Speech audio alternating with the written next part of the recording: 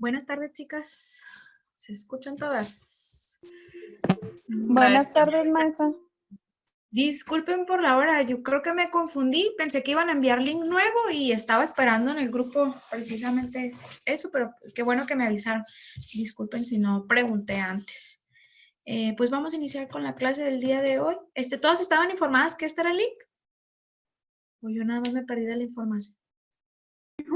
Pues la maestra Clarisa que...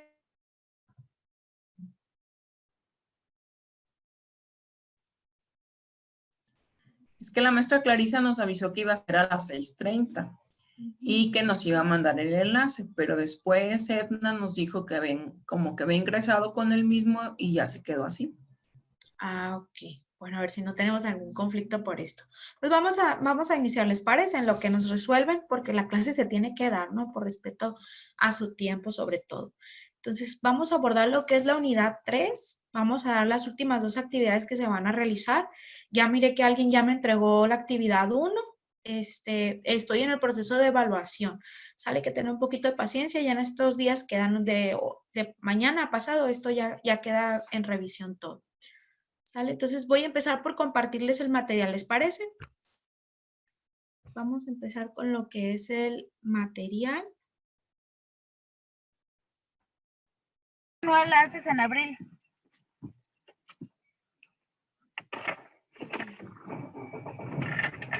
Pero yo no he pedido factura, solo he pedido notas, ¿eh?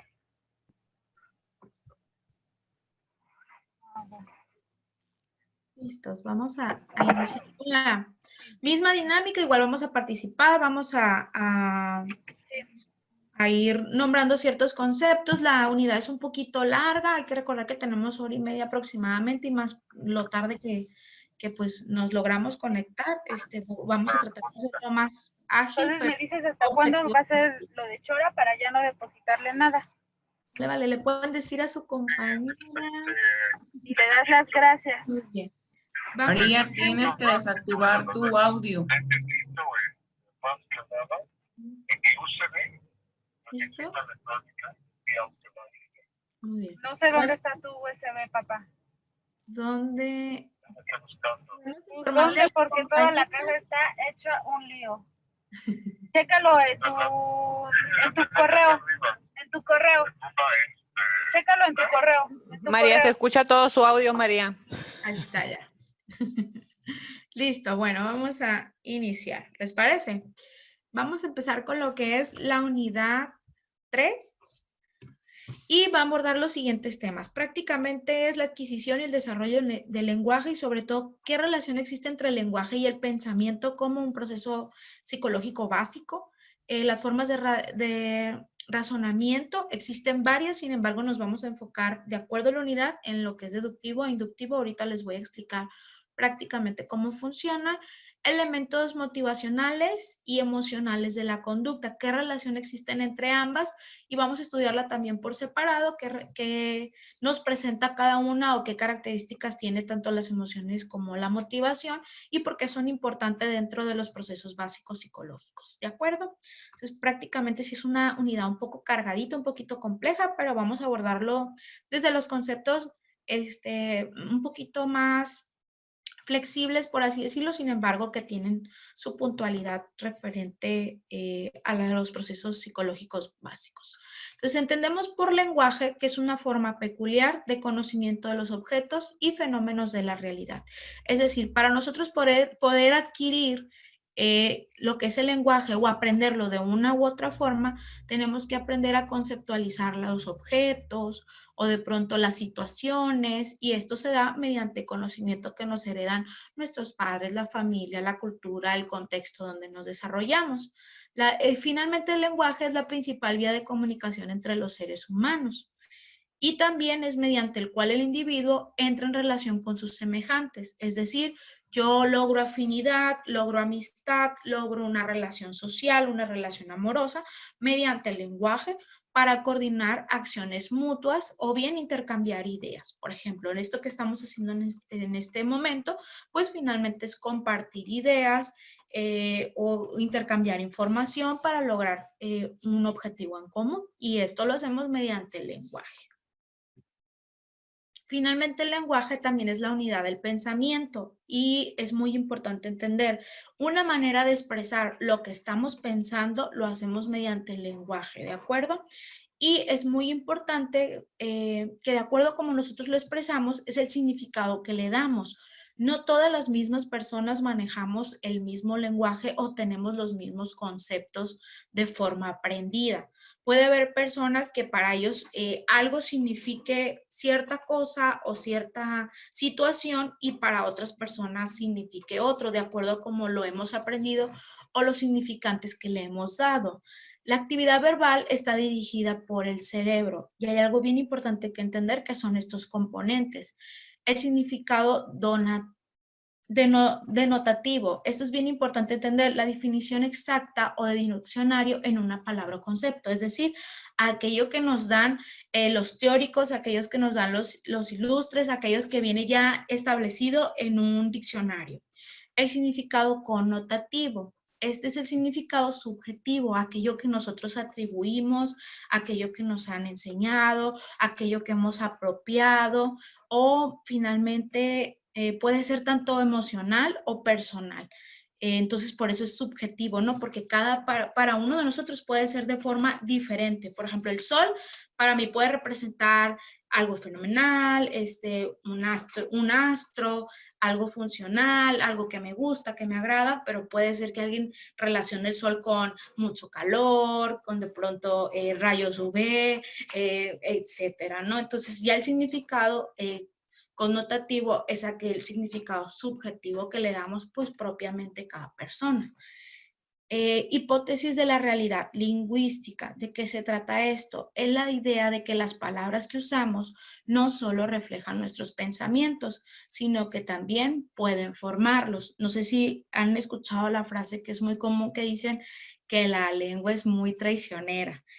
Coloquialmente la escuchamos mucho, la frase, puesto sobre todo cuando decimos algo que ya que lo dijiste, dice uno, híjole, se me fue la mano o estaba muy enojada, pero realmente en ese momento lo pensabas y finalmente el lenguaje que utilizaste en ese momento sacó el pensamiento, ¿no? El pensamiento se transformó y lo sacamos mediante el lenguaje.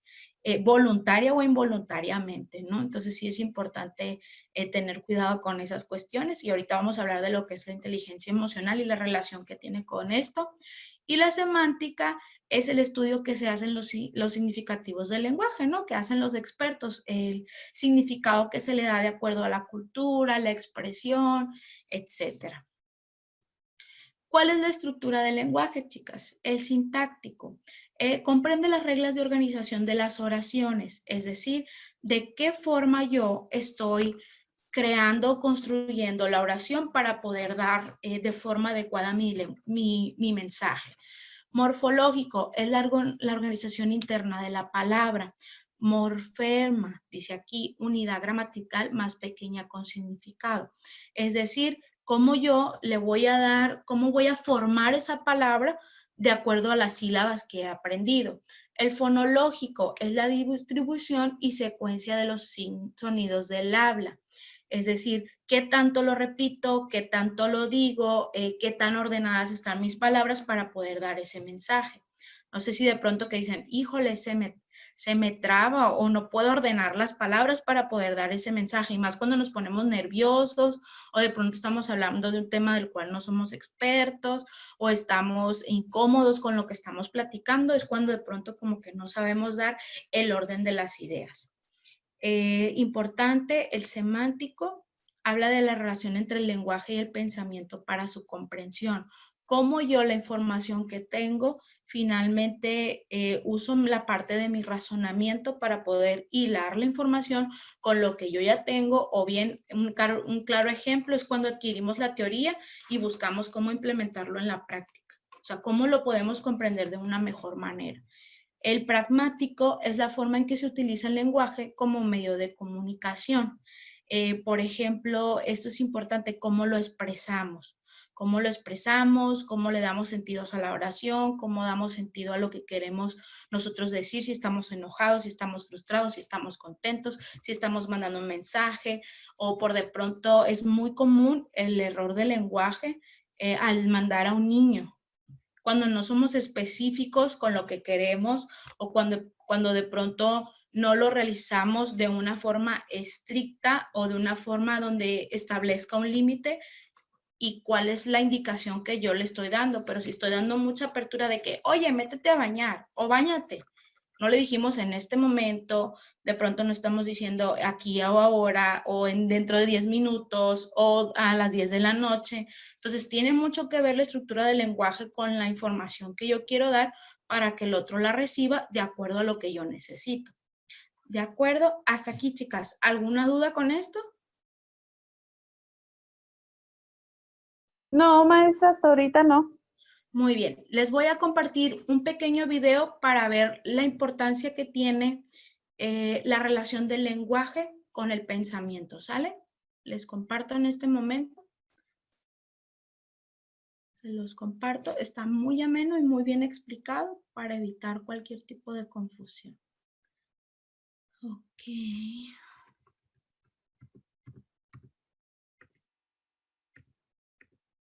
Uy, no lo encuentro.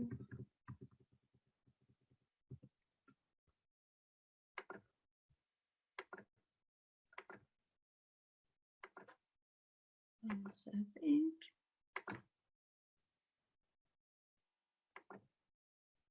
Listo.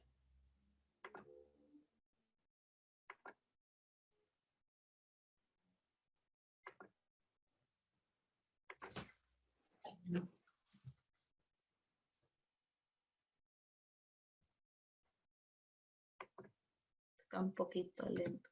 También mi internet se luce. Un momento y te lo explico.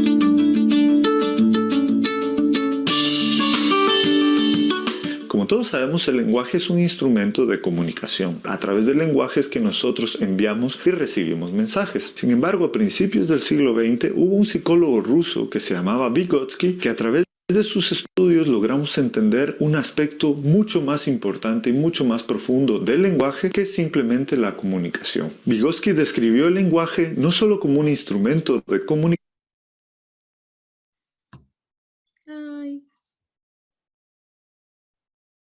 Creo que el internet es general. A ver. Bueno. Comunicación, sino como un instrumento para Maestra, los likes de esos videos nos los va a pasar.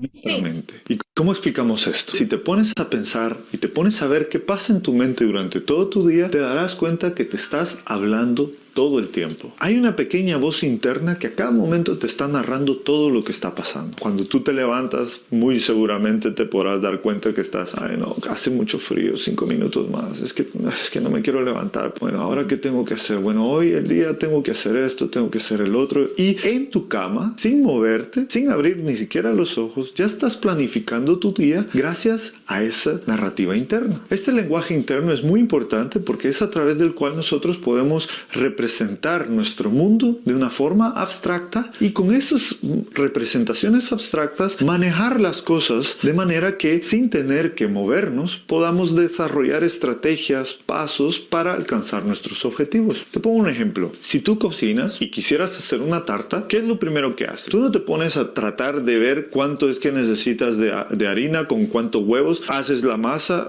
no funcionó, vamos a probar un poco menos de harina. No lo haces así. Tú tienes una serie de pasos y esa serie de pasos te dice 3 tazas de harina, 2 huevos, 3 cucharadas de azúcar, etcétera. ¿Qué es lo que haces tú? Cuando llegas a la cocina y piensas, bueno, ¿dónde está la taza? ¿Dónde está el azúcar? Está aquí. ¿Dónde está la harina? Está aquí. Ahora tengo que hacer esto y esto y esto, pues voy a poner el horno, vale, y mientras esto se calienta yo voy a hacer esto. ¿Te das cuenta? Esa es la manera como nosotros, utilizando el lenguaje interno, podemos llevar a cabo una serie de estrategias de manera que podamos alcanzar nuestros objetivos. Eso es una de las grandes importancias del lenguaje. ¿Y cómo lo descubrió Vygotsky? Vygotsky lo descubrió estudiando cómo los niños desarrollan el lenguaje. Vygotsky descubrió que hay 3 etapas por las que el niño tiene que pasar de manera que pueda interiorizar esa herramienta del lenguaje. La primera etapa es una etapa en la que el lenguaje es más social. Como padre o como profesor de preescolar, yo creo que sabes a lo que me refiero. Cuando ves a los niños de entre 2, 3 años, es una etapa en la que empiezan a hablar todo a todos. Te preguntan si las cosas, si lo están haciendo bien, si no lo están haciendo bien. Se tratan de explicar qué es lo que están haciendo y quieren hablarlo todo. Esta es una etapa muy importante porque los niños, a través de hablarlo y hablarlo y hablarlo,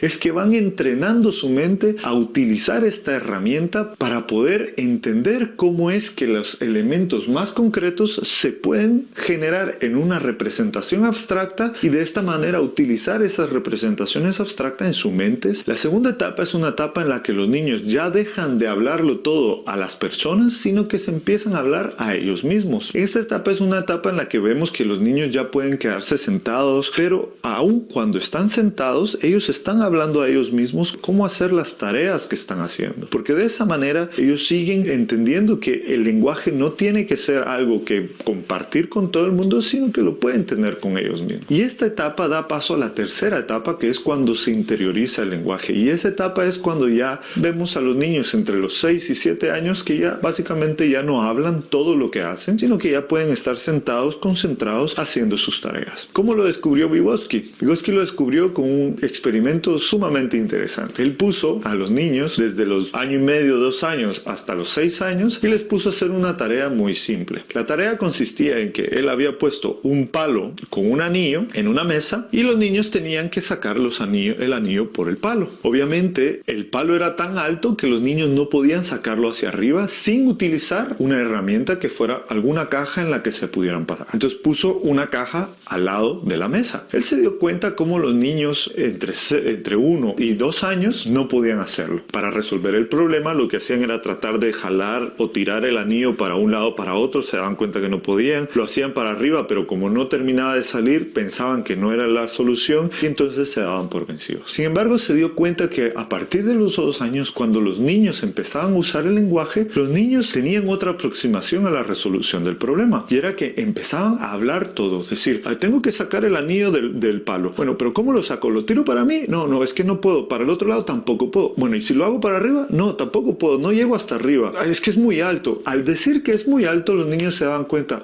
necesito algo para alcanzar el techo y tengo que buscar algo que me ayude a subirme para alcanzar hasta arriba. Mira, hay una caja, vamos a ver si pongo la caja aquí, subo, mira, lo logré hacer. Esta es la forma como Vygotsky descubrió el uso instrumental del lenguaje. Así que con este ejemplo te dejo que pienses en esto y que veas que el niño cuando habla, cuando son pequeños y están hablando, no es porque nos quieran dar la lata, para ellos es necesario. Y es más, es importante que tú puedas interactuar con ellos en estos momentos, porque de esa manera tú le vas a poder enseñar cómo utilizar el habla, cómo dirigir el habla, de manera que ellos puedan ser más eficaces utilizando esta herramienta. En otro video te vamos a hablar de lo que es el andamiaje. Okay. Bueno, logramos captar la información del estudio de Vygotsky. ¿Qué les pareció?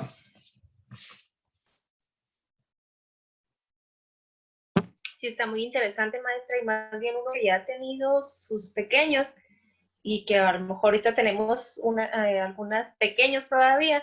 Ahorita que estaba viendo el video yo me reflejaba en mi niño, tiene 2 años y igual también, o que igual no habla mucho, pero señas o trata pues de expresar ahora sí su lenguaje de mímica.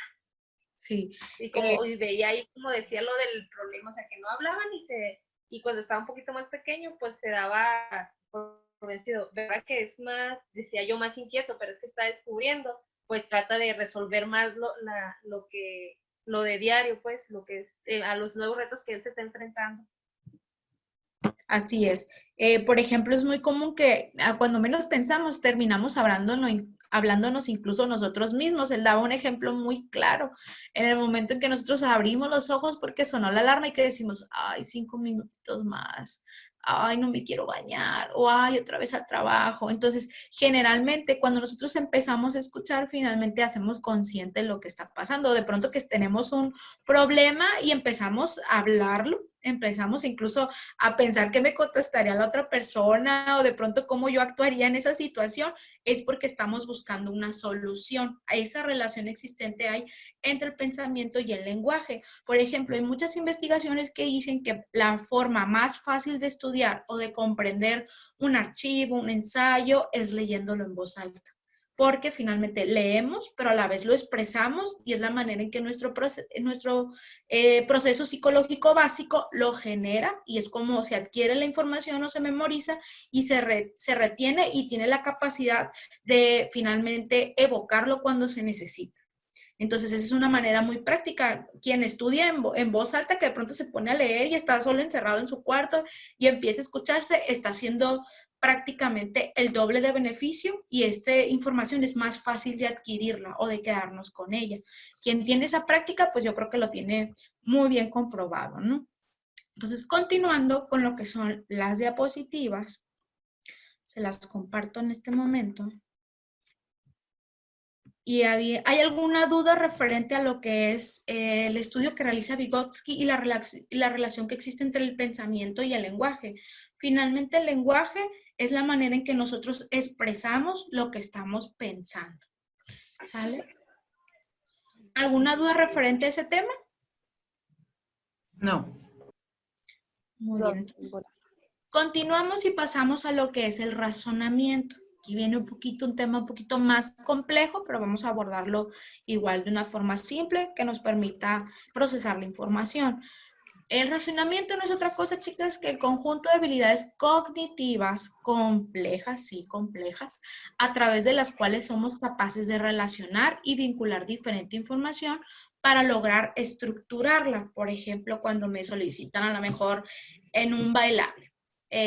Su hijo, su hija va a bailar con tal vestimenta o con tal vestuario.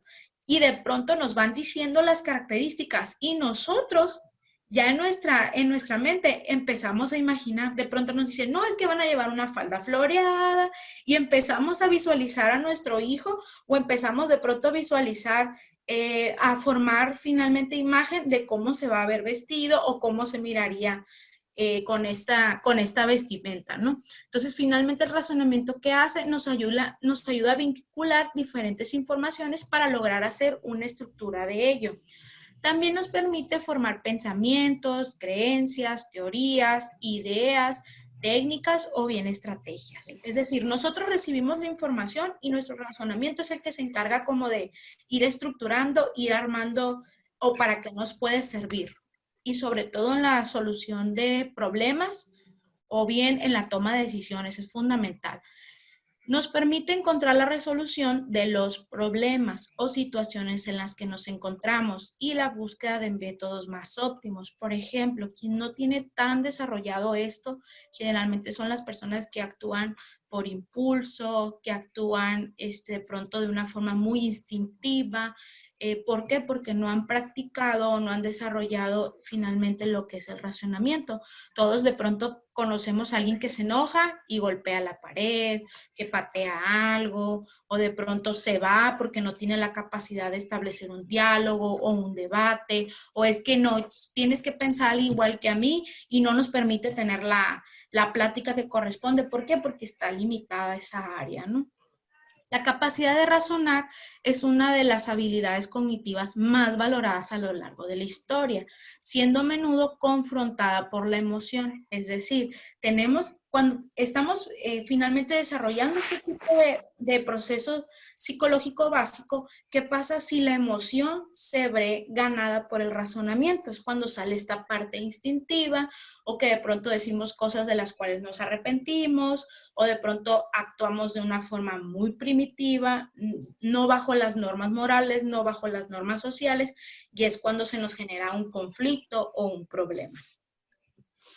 El razonamiento también es la capacidad del ser humano de que en un ordenamiento de sus pensamientos pueda generar una idea lógica, es decir, por ejemplo, cuando los niños de pronto vienen y nos practican una fantasía que pueden volar, que miraron un auto que de pronto iba volando por la calle, entonces como nosotros ya tenemos esto más desarrollado que ellos, uno rápido dice, ay, está inventando, o es la fantasía, porque en nuestro razonamiento no hay cabida para esas cuestiones porque no le encontramos lógica hasta el momento.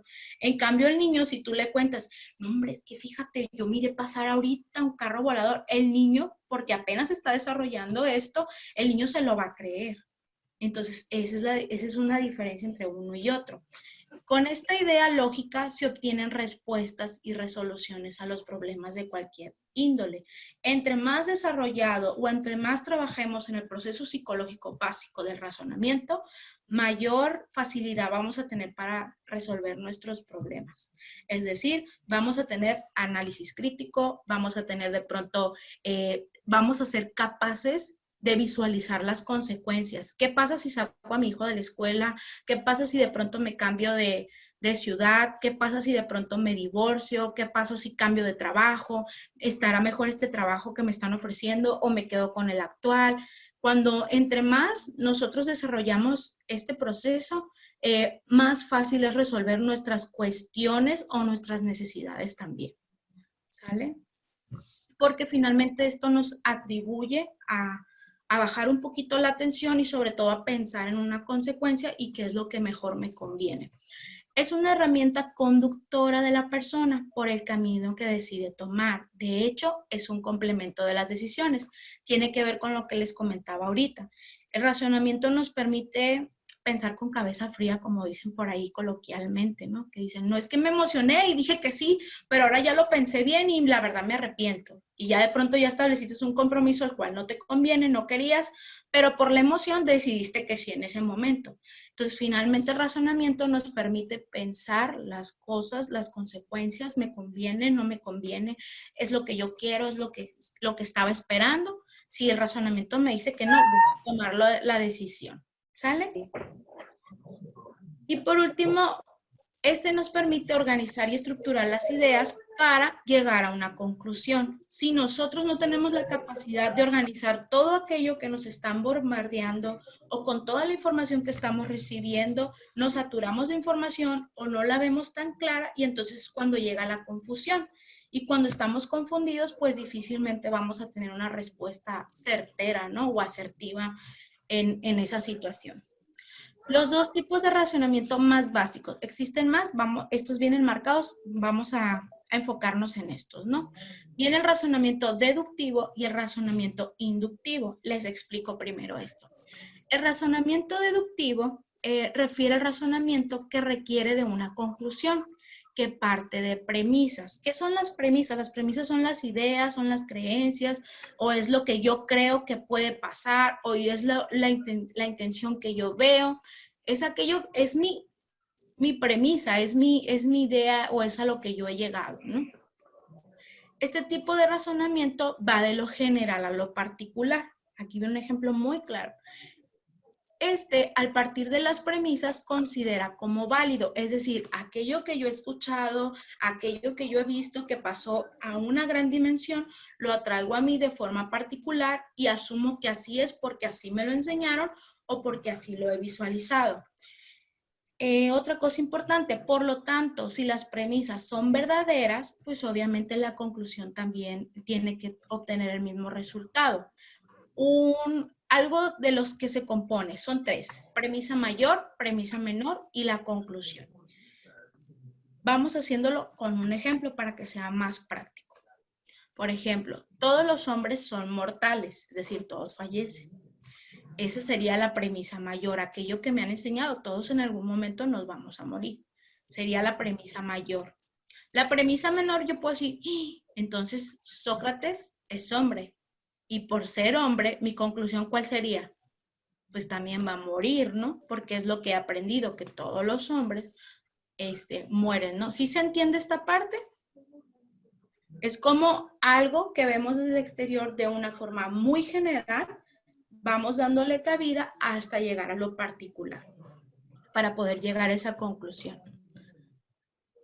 Es como cuando dicen de pronto, así, clásico mexicano, es que todos los hombres son iguales. Siempre escuchamos eso, o todas las mujeres son iguales.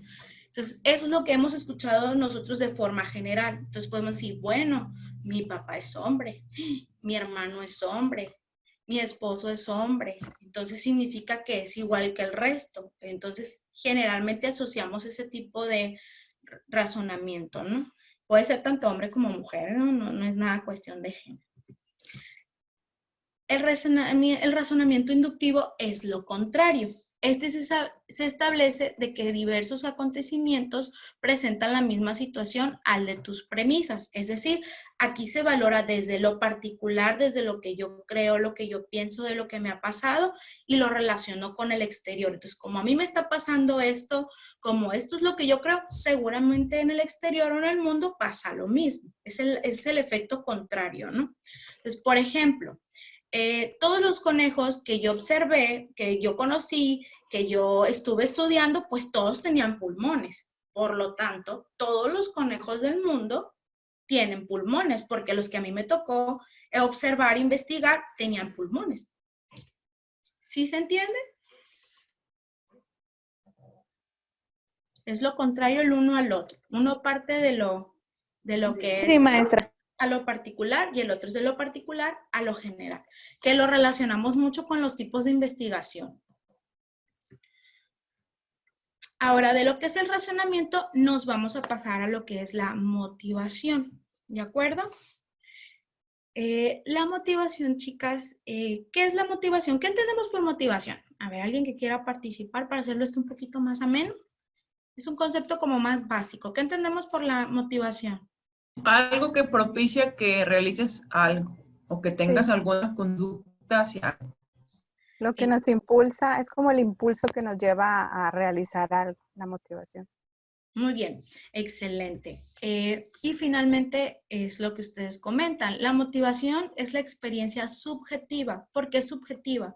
Porque yo no voy a tener la misma motivación, por ejemplo, para estar conectada ahorita dando la clase virtual que la que tienen ustedes, o incluso entre los mismos alumnos pueden tener una motivación diferente. Hay quien puede decir, es que yo quiero tener un título, hay quien puede decir, yo quiero tener un mejor empleo, hay quien puede decir, quiero tener ingresos extras, o hay quien de pronto quiere decir, es que yo quiero ser ejemplo para mi hijo, o de pronto yo me conecto o estudio porque quiero brindar servicio a la sociedad. Entonces, cada una de nosotras nos mueve una motivación diferente, pese que el objetivo es el mismo. ¿De acuerdo? Por eso es una experiencia subjetiva. Por ejemplo, en el caso más común, el gimnasio. En enero los gimnasios están repletos. Quien tiene su motivación muy firme resiste todo el año y no nada más en la fiebre de enero. Es muy común. O el clásico que utilizamos siempre, el lunes me pongo a dieta. El lunes empiezo con la dieta. Ya estamos en martes y de pronto va a dieta, ¿no? Entonces ya depende de nuestra motivación, qué tan fuerte es que finalmente nos dirija a generar ese cambio o a obtener esa meta que nosotros deseamos. Entonces, finalmente la motivación es la experiencia subjetiva con manifestaciones conductuales. La motivación, pese que es un pensamiento o es algo que yo debo tener muy en cuenta y me permite aferrarme a lo que yo quiero lograr independientemente de las trabas que se me pongan en el camino, como dicen, o aquellas dificultades que yo me encuentre. Yo tengo que buscar la manera que esa motivación se exprese mediante mi conducta fisiológica y también cognitiva. Es decir, ok, bueno, hoy entro al gimnasio, mi primer meta va a ser esta semana. Ya pagué la semana, dicen por ahí, me voy a aferrar esta semana. Entonces, ¿cuál sería mi manifestación conductual? Llegar puntual al gimnasio, hacer el ejercicio que me solicitan, etcétera, ¿no?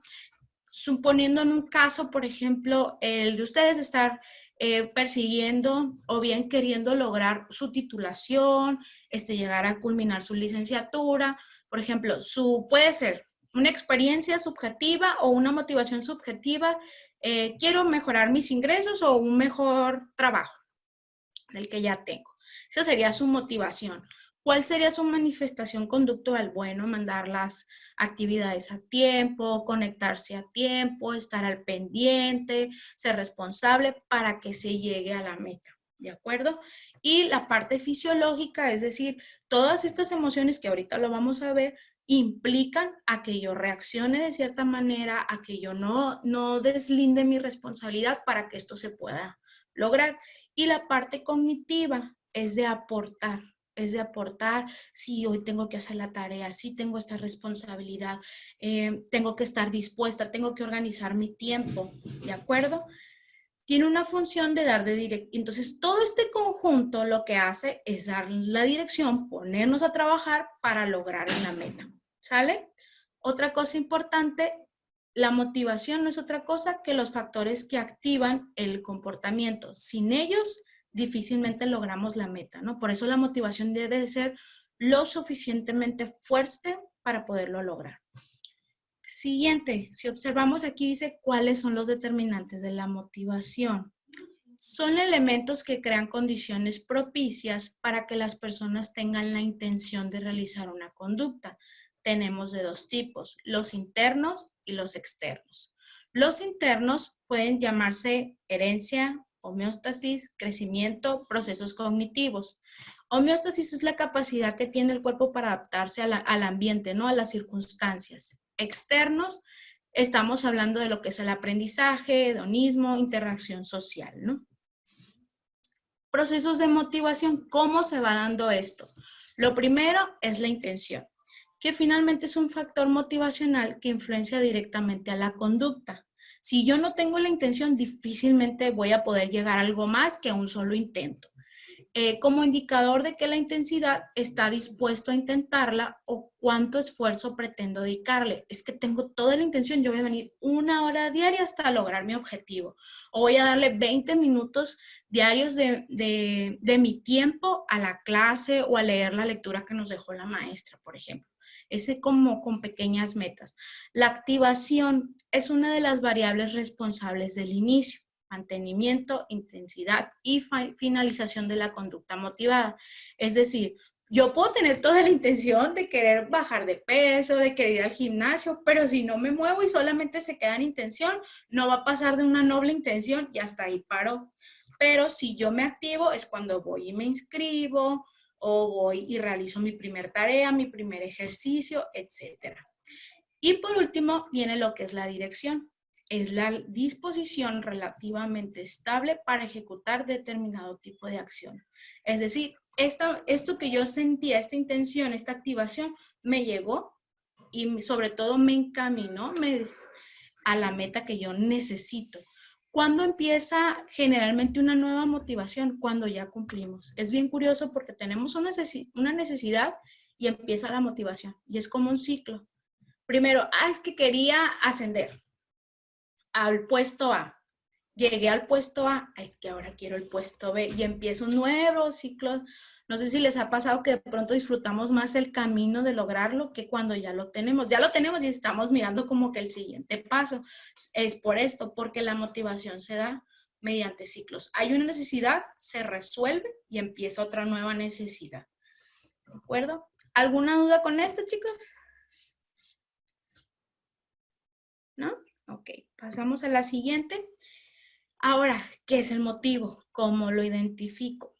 Importante, el motivo es la disposición relativamente estable para ejecutar determinados tipos de acciones. Es decir, es aquello que a mí me mantiene firme en este proceso y que me va a ayudar a cumplir la meta.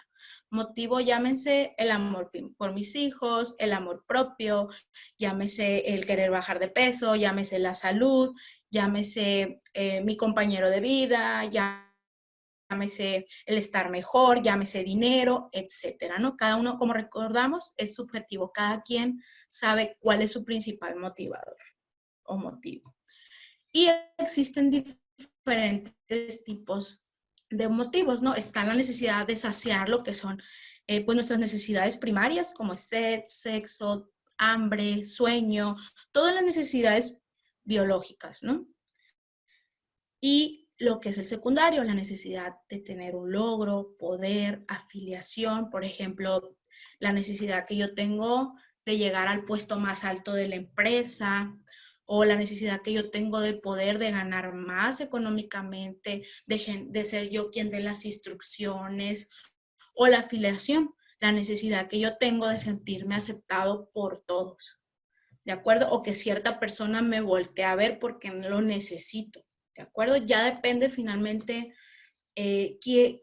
cómo pueda ser, si por necesidad o por motivo. Ya nosotros lo evaluaremos, ¿no? Y para ello, no sé si han escuchado hablar de lo que es la pirámide de Maslow. Yo creo que sí, porque es de las teorías pues más funcionales dentro de la psicología. Podemos observar que tiene diferentes niveles. El más bajo, estamos hablando de la fisiología, es decir, la primera necesidad que el ser humano debe de tener resuelta para poder efectuar las diferentes necesidades o poder ir escalando como que al mayor alto del nivel de la pirámide.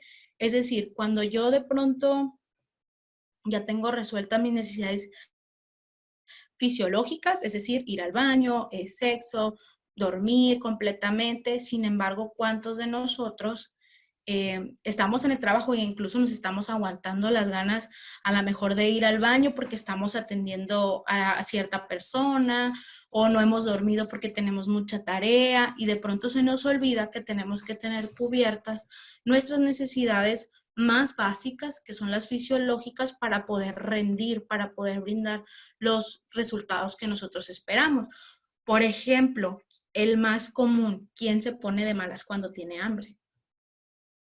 O sea, de pronto tenemos hambre, no cumplimos o no saciamos esa necesidad y seguimos trabajando y de pronto viene alguien a solicitarnos una información y contestamos de una forma muy grotesca, muy de pronto irracional, nos preguntaron a lo mejor la hora y nosotros respondemos de una forma agresiva hasta cierto punto. ¿Por qué se da esto?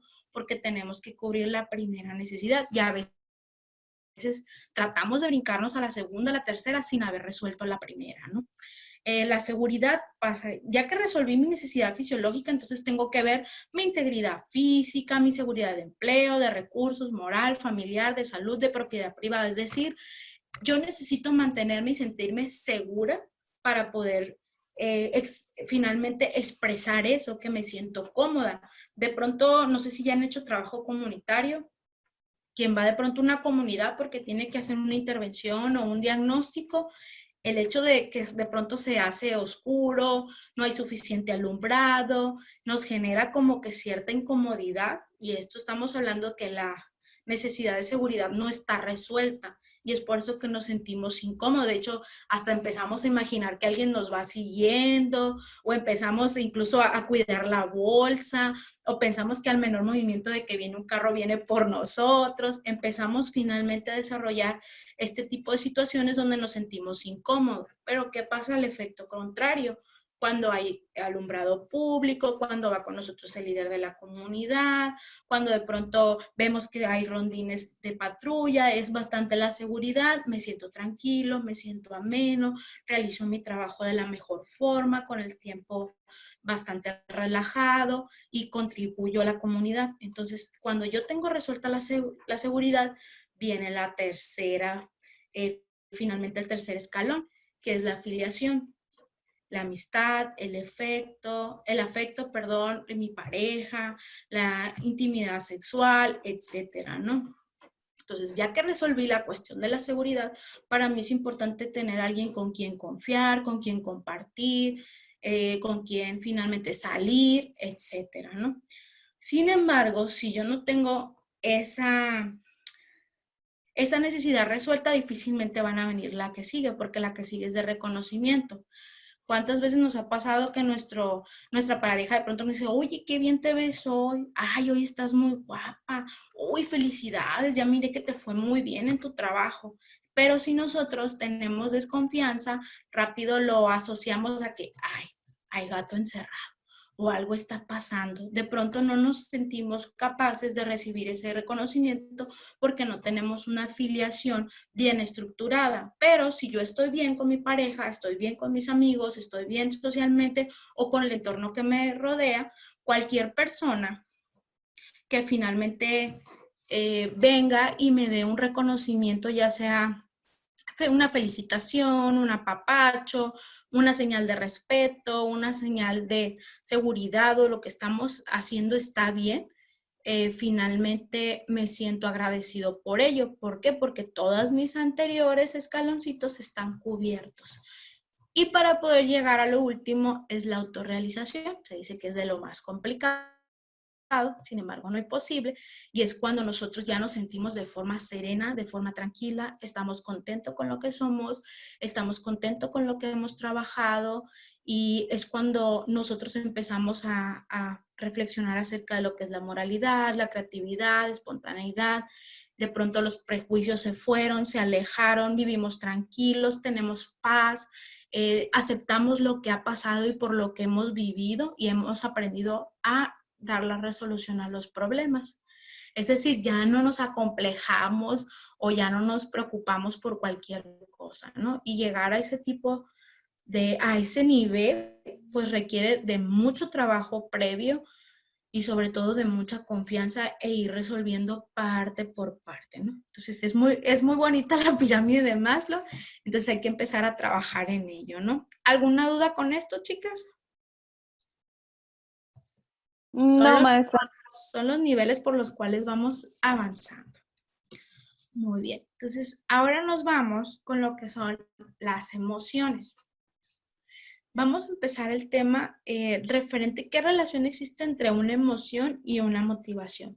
No se pueden separar una de la otra, puesto que las dos se componen para poder generar una situación de auxilio, de ayuda, e incluso, por ejemplo, como les comentaba ahorita, yo estoy motivada a terminar mi carrera, pues eso genera diferentes emociones. Va a haber momentos que voy a estar frustrada, enojada porque la maestra no me ha revisado mi trabajo, o porque de pronto me puso una calificación que no me esperaba, o voy a estar feliz, voy a estar contenta, voy a estar alegre porque me fue muy bien. Entonces siempre una va encaminada con la otra, no se pueden separar, una depende de la otra y ambas funcionan para poder llegar a la meta.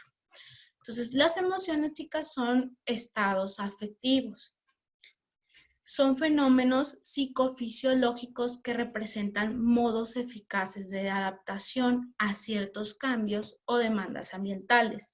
¿Por qué son psicofisiológicos? Porque no es exclusivamente, o sea, viene acompañada de todo un proceso interno que se hace con la ayuda del sistema nervioso central. No es puramente mental, sino que vamos a encontrar ciertas sustancias químicas, ciertas sinapsis, cierta información que tiene que realizar mi cuerpo para poder finalmente poderla expresar. Ahorita les voy a explicar con ejemplos de qué trata.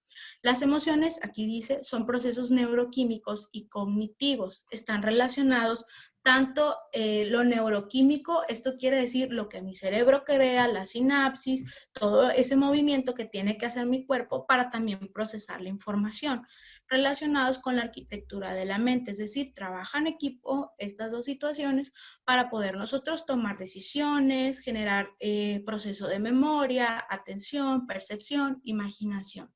Como podrán darse cuenta, son la mayoría de los procesos que hemos visto a lo largo de las unidades, que han sido perfeccionadas por el proceso de selección natural como respuesta a las necesidades de supervivencia y reproducción.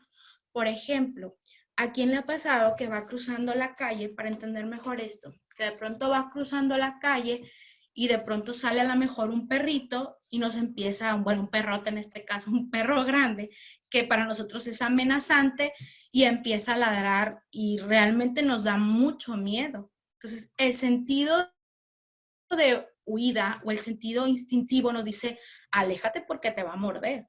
Y hay quien dice, no, pues mejor me quedo tranquilo porque me va a corretear o me voy a asustar. O hay quien simplemente activa todo este proceso y sale corriendo a ver hasta dónde llega o quién huye de quién, ¿no? O de pronto incluso el perro lo miramos mucho más grande de lo que es, porque el miedo, que es en este caso la emoción que representa, finalmente nos orilla a verlo mucho más grande para poder finalmente hacer la huida, porque es lo que mi cuerpo en ese momento necesita. Un ejemplo también muy común es cuando de pronto vamos cruzando por la calle y a media calle cambia el semáforo. De verde pasa, de rojo pasa a verde. E inmediatamente hay personas que con el miedo, sobre todo cuando son calles pues de mucho tráfico, de poca tolerancia en este sentido, y sabes que te van a aventar el carro, que tienes que moverte de ese lugar, hay personas que incluso quedan de forma estática y no se pueden mover. O hay personas que el sistema nervioso central les dicen, el mismo miedo corre de aquí porque te van a atropellar, y inmediatamente empiezan a moverse de tal forma que van a llegar al otro extremo de la calle. Entonces depende mucho de la inteligencia emocional que tenemos o bien nuestro sistema de respuesta, qué tan desarrollado está. Las emociones alteran la atención. Emociones organizan, hacen subir de rango rápidamente las respuestas de conducta a la jerarquía de los distintos sistemas biológicos. ¿Qué quiere decir eso? Si yo de pronto necesito llegar muy rápido a mi trabajo y yo a lo mejor voy muy tranquilo, pero en eso me hablan y me dicen, oye, tu jefe ya llegó en la oficina y tú tenías que estar hace 5 minutos. Esa pequeña frase va a hacer que mi sistema trabaje de tal manera que me obligue a llegar en cuestión de minutos y segundos, mucho más antes de lo esperado, porque mi emoción está finalmente fabricando todo lo necesario, dando la respuesta a que yo logre cumplir la meta de llegar antes de que llegue mi jefe o bien llegar lo más rápido posible a mi trabajo. Entonces, chicas, las emociones finalmente nos alertan a dar las respuestas de acuerdo a la situación. ¿Sale, vale? Y otra cosa también importante, activan redes asociativas faciales, músculo, voz relevantes en la memoria. ¿Qué quiere decir esto? Cuando tenemos miedo, ¿cómo es nuestra expresión? Para mí no hay nada más fácil de explicarlo que los famosos emojis. ¿Cómo los podemos relacionar? Cada uno de los emojis reflejan una expresión, no me dejarán mentir, si gustan ahorita saliendo de la clase, abran por ejemplo su WhatsApp e incluso nos facilita el emoji por la cuestión que había de los malos entendidos en el mensaje. Entonces, ¿qué hacemos ahora? Enviamos el mensaje escrito y lo acompañamos de un emoji, ponemos la carita roja si estamos enojados, la carita sonriente si estamos feliz o de acuerdo con el texto. Entonces, aquí es igual. Cuando nosotros generamos o se nos genera la emoción, se activan inmediatamente en nuestro rostro. Estamos enojados y el rostro no nos deja mentir. Incluso nos preguntan, ¿estás molesta? No, y nuestra expresión es fuerte, de desagrado. O bien estamos muy contentas y no lo podemos ocultar.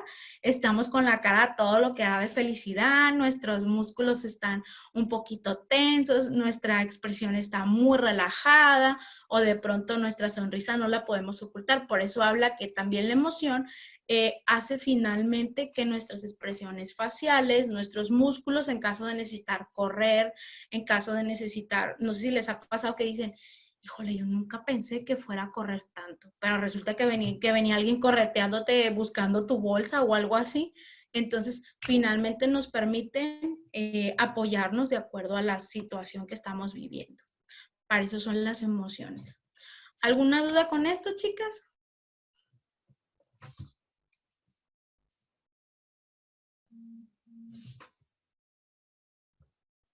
¿No hay dudas? Vamos muy rápido.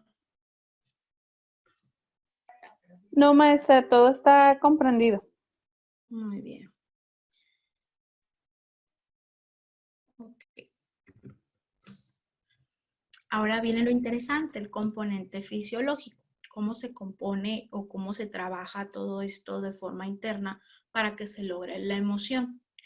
Finalmente, son los cambios que se desarrollan en el sistema nervioso central y que están relacionados con la presencia de determinados estados emocionales. Es decir, para poder que mi músculo se mueva, para poder que mi rostro concuerde con lo que yo estoy sintiendo, hay todo un trabajo interno por parte del sistema límbico, sistema nervioso central, para esto poder no me permite ni huir, ni quedarme, o no me permite sentir disgusto o agrado. Entonces sería algo como muy paralelo, algo muy, muy plano emocionalmente hablando. ¿De acuerdo? Ahora, no sé si han escuchado ustedes acerca de la inteligencia emocional. ¿Alguien ha escuchado de ello? Sí. ¿Qué entendemos por inteligencia emocional? ¿O qué es la idea que nosotros tenemos referente? Pues que tiene que ver con saber manejar nuestras emociones, maestra. Sí, algo hay de eso. Entonces, prácticamente La inteligencia emocional, pues sabemos del maestro Goleman, importante, amada por muchos, odiada por otros, entonces siempre está como en una disputa esta teoría. Sin embargo, pues hay muchos estudios que se han realizado, investigaciones que se han realizado, que finalmente con la inteligencia emocional se han disminuido delitos, agresiones, ha sido funcional desde cierto modo, ¿no? Entonces, ¿qué tiene que ver el aprendizaje y las emociones? ¿Qué relación existen entre uno y otro? Lo primero es que tenemos que aprender a educar nuestras emociones. Repito, ¿cuántas veces nos hemos arrepentido de haber dicho algo mientras estábamos molestos? Híjole, es que yo no te quería decir eso, pero me ganó la emoción y rápido ponemos de excusa que estábamos muy molestos y osamos en herir a alguien, ¿no? O de pronto, muy común dentro del sistema de crianza de mamá o papá, cualquiera de los dos, estaban muy estresados, de pronto el niño a lo mejor hizo una travesura o quebró un vaso y prácticamente la emoción lleva a lo mejor a la violencia familiar, ¿no? Entonces hay que tener cuidado por ello, por eso la importancia y la recomendación que se hace de educar nuestras emociones. Y como psicólogos sociales comunitarios nos toca muchísimo y tenemos muchas herramientas para trabajar eso, ¿no? Entonces yo creo que es un área poco explorada por los psicólogos sociales comunitarios para el desarrollo de habilidades sociales y educar a nuestras emociones. Es súper funcional y no hay una persona que no lo necesite. O sea, todo el mundo necesitamos de eso. Es una manera de sabernos vender. Entonces, es necesario conocer perfectamente cada sensación. Es decir, debemos ejercitar lo que es la inteligencia emocional, pues el individuo es capaz de transformar los sentimientos más desagradables que tenemos, es decir, aquello que más nos frustra, que más nos disgusta, que más nos molesta, y tenemos la capacidad de desarrollarlo en algo más sano. ¿Cuál es el problema? Que de pronto no sabemos cómo hacerlo o no nos detenemos a pensar, hacer una lista, esto me molesta, esto no me molesta, esto me agrada, esto me desagrada, e incluso a veces no sabemos si estamos tristes o enojados, o a veces no sabemos si estamos decepcionados y lo confundimos con frustración. Entonces, mientras no reconozcamos cuál es la emoción por la cual estamos pasando o de pronto no sabemos identificar, es mucho más complicado de educar. Por ejemplo, a veces le exigimos a un niño de 2, de 4 años, de 6 años, a un adolescente que contenga la emoción. ¡Qué bárbaro! Ya estás haciendo el berrinche. Cuando nosotros de repente a una forma de adulta, una manera de expresarlo, también lo hacemos. Entonces le exigimos a nuestros hijos, les exigimos a nuestros alumnos, le exigimos de pronto al adolescente con el cual estamos trabajando que tenga educación emocional cuando ni siquiera nosotros mismos sabemos identificar las emociones, ¿no? Entonces tenemos que ser congruentes. Si yo quiero que mi hijo aprenda a controlarse cuando está frustrado, tengo que enseñarle y no hay mejor manera de hacerlo que a través del ejemplo. No sé si les comentaba esta frase que es muy funcional. Si tu hijo no te escucha, o tu alumno no te escucha, o tu paciente no te escucha, no te preocupes porque te está observando. Es decir, educamos mediante el ejemplo también. Si mi hijo ve que atiendo de forma tranquila, que decido escuchar antes de juzgar, si escucho a mi pareja antes de gritar, antes de insultar, pues obviamente el niño va a adquirir esas herramientas porque nos está observando. Pero si de pronto llega mi pareja y yo estoy molesta y de pronto le digo, me pregunta, oye, ¿qué tienes? ¿O en qué te puedo ayudar? Nada, no tengo nada. Pues obviamente es finalmente una emoción reprimida, pese que estamos molestos, pese que estamos frustrados, y el niño de una u otra forma lo aprende y finalmente lo reproduce, ¿no? Lo imita a su manera, mediante el llanto, mediante tirarse al suelo, mediante patalear, mediante exigir, mediante estarnos hable y hable y hable. Cada quien decide o bien saca de su manera más instintiva la emoción. Debemos conocer la verdadera razón del por qué algo nos agrada, porque algo no nos agrada, perdón, para cambiarlo por algo más agradable. Es decir, a mí no me gusta ir de pronto el domingo a casa de la familia de mi pareja, muy común. Entonces, tengo que entender por qué de pronto no me agrada y qué lo puede volver más agradable. A lo mejor puedo llevar un juego de mesa, puedo llevar actividades para pasarla en familia, puede ser a lo mejor un horario más corto, etcétera, ¿no? Entonces, tenemos que buscar la manera también de nosotros modificar el ambiente, modificar la situación para que esto resulte más ameno para ambas partes. Para ello es necesario haber tenido mínimo una educación básica llena de cariño. Entonces, cuando tenemos conflictos con nuestra crianza y no hemos sanado esa parte emocionalmente hablando, pues difícilmente vamos a tener control de nuestras emociones, ¿no? Mientras no perdonemos, no dejemos de juzgar a cómo nos criaron, o esa situación incómoda que de pronto vivimos que se convirtió en un trauma, en una crisis y no hemos sanado. Por eso es importante trabajar un proceso terapéutico y sobre todo cuando eres psicólogo, pues prácticamente de una u otra forma, al brindar acompañamiento a más personas, tenemos que sanar esas cuestiones para poder brindar educación emocional. Otra cosa que también es necesario es mantener una educación individualista, es decir, entender que no todos van a pensar como yo, entender que no todos tienen el mismo proceso que tengo yo. A veces exigimos que el otro piense igual que nosotros o decimos, ay, es que te enojaste por una tontería, pero probablemente para esa persona sí es una frustración muy grande y hay que recordar que todo esto es subjetivo. Cada uno de nosotros le atribuye un valor, un significado. Pero siempre es importante también educarnos de forma con una colectiva normalizadora, es decir, tengo que saber y estar educado de acuerdo a mi contexto, que es lo que define la sociedad como algo sano o como algo normalmente aceptado, ¿no? Claro, siempre y cuando no violente los derechos humanos, ¿no? Y eso es bien importante hacerlo saber.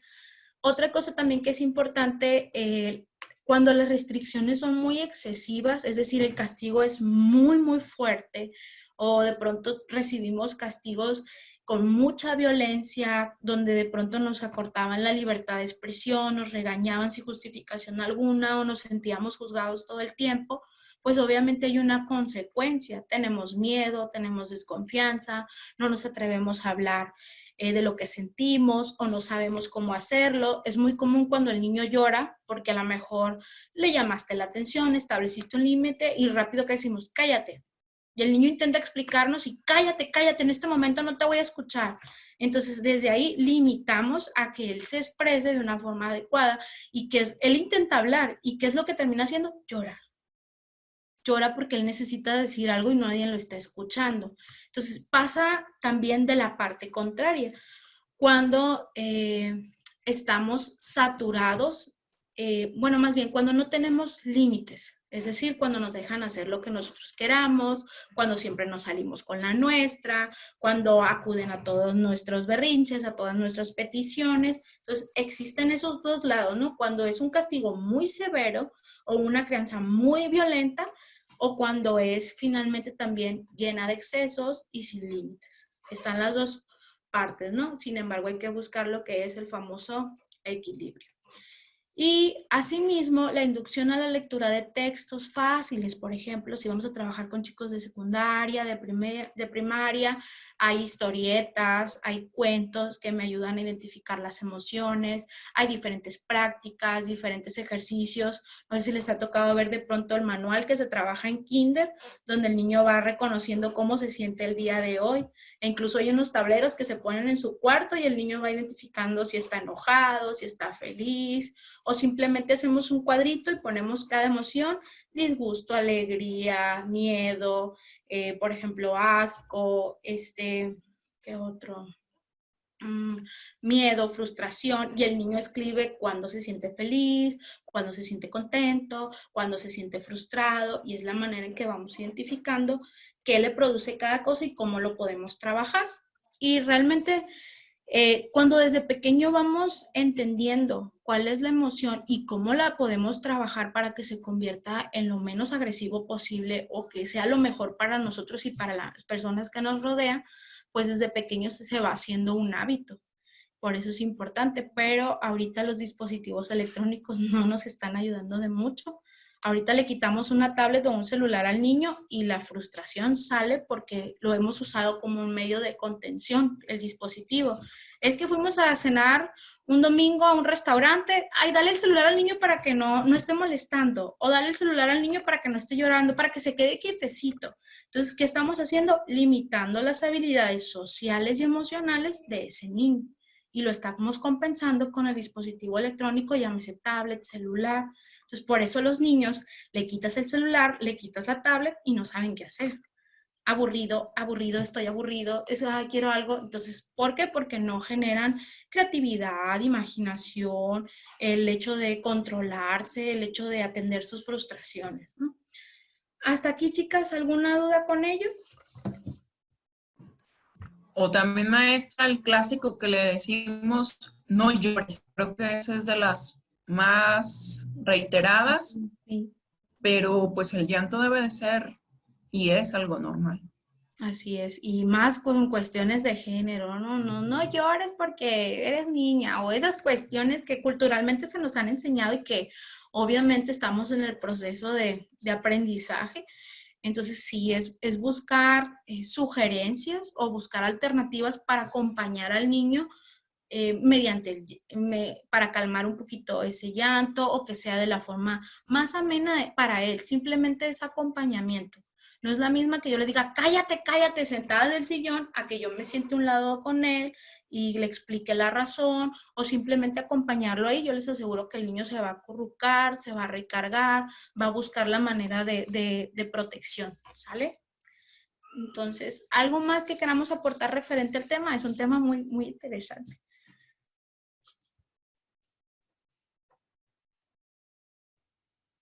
Muy bien. Bueno, les explico las actividades. Tenemos actividad 1 y actividad 2. Son dos actividades por unidad. La actividad 1 es el desarrollo del trabajo en plataforma de la actividad de apertura, que consiste en la elaboración. Vamos a elaborar un PowerPoint sobre las aproximaciones teóricas de la motivación y emoción. Lo vamos a buscar en internet o si gustan les hago llegar un manual que tengo donde vienen ya todas las teorías para que ustedes de ahí lo puedan sacar. Chicas, una sugerencia. Yo sé que a veces utilizamos el copy-paste o el copy-pega. Hay que brindarle de nuestra cosecha, hay que poner algo o citar al autor, porque sí he estado revisando algunos trabajos y sí esa es la recomendación, ¿no? A veces viciamos en el copia y pega y dejamos de poner de nuestra cosecha o de haber puesto lo que aprendimos o cómo nosotros lo podemos parafrasear, pero la idea aquí sí es obviamente contrastar la teoría, pero también ver qué tanto hemos aprendido del tema. ¿De acuerdo? El PowerPoint debe tener pues una presentación, el contenido de la información y la conclusión personal. ¿Sale? A veces de conclusión me ponen 2 renglones. Hay que tratar de ser un poquito más, desarrollar un poquito más la conclusión. ¿Sale? Son habilidades de redacción y de comunicación de una u otra manera. Y la actividad 2, chicas, el desarrollo de trabajo en plataforma consiste en un escrito reflexivo. Es decir, aquí no es buscar en internet, aquí es personal. Es decir, ustedes van a hacer sus 3 hojitas, 3 cuartillas como mínimo sería en este caso, relacionando toda la información que nosotros recibimos en la unidad 1, 2 y 3 y en qué nos van a servir o cómo lo podemos utilizar dentro de la psicología social comunitaria. Pareciera mucho 3 hojas, sin embargo, créanme que ya que se agarren los temas y que ustedes vean qué aplicación tiene cada uno de los procesos que aprendimos, créanme que va a fluir. La idea es entender el proceso y ver cómo lo puedo relacionar con la psicología social comunitaria. ¿Salen? ¿Alguna duda referente con las tareas o queja, comentario, sugerencia? Háblenlo. Maestra, Sí. en esta unidad no vamos a realizar foro. No, se cambió el foro por la actividad 2. De hecho, no venía el foro en la unidad. Ok, y igual la fecha límite para entregarlo va a ser el martes de la próxima semana. Sí, porque creo que empiezan otra materia. Igual puedo darles hasta el miércoles, si gustan. hasta el miércoles para yo revisarlo y poder entregar las calificaciones. Muy bien, maestra. Ok, maestra, entonces tendríamos hasta el miércoles. Ujú. Hasta el miércoles tienen para entregarlo. Maestra, yo estoy Mande. retrasada con el video de Ujú. la unidad 2, pero más tarde, ya mañana en la mañana lo subo. Ok, muy bien. Fecha de límite de entrega, hay que anotarlo porque luego se confunde, dicen, ¿qué miércoles? No especificó qué miércoles, es el miércoles 25, ¿sale? Miércoles 25 hasta las 5 de la tarde, ¿les parece? Muy bien, maestra. Sí, muy bien. Y quien esté pendiente de tareas, de actividades, hay que acelerarle un poquito, hay que aprovechar estos días, pues las recomendaciones generales que está haciendo el sector salud, cuídense de los suyos, protéjanse y sobre todo pues hay que aprovechar este tiempo para hacer las tareas o actividades pendientes, cualquier duda ya saben y sobre todo porque empiezan nueva materia y luego se les van acumulando las actividades y ya es cuando se estresan o les genera conflicto cierta situación, ¿no?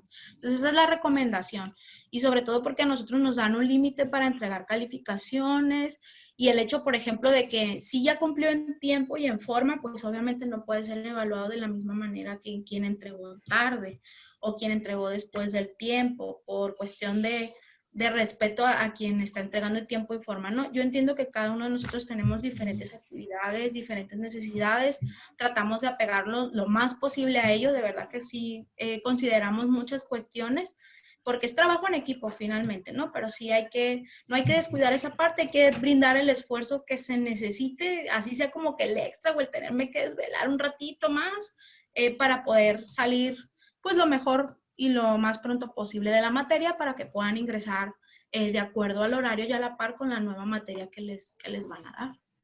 ¿Sale, vale, chicas? Maestra, una pregunta. Sí. Yo ya le envié mis trabajos. Ujú. Sería tan gentil de darles una revisadita por si hay Sí. algo para hacer algún cambio. Sí, ok. Yo de hecho, miré que me mandó también la unidad 3, bien adelantada. Sí, Me mandó maestra. de la unidad 3, ya los miré, nada más que no le he dado las observaciones. Sí, ya nada más me falta la 3B, Sí. que es lo que estaba diciendo ahorita, pero Sí. en estos casos, si ya se lo enviamos, no sea malita, una revisada y si hay algún cambio, pues para hacerlo, maestra, si es tan gentil. Muy bien.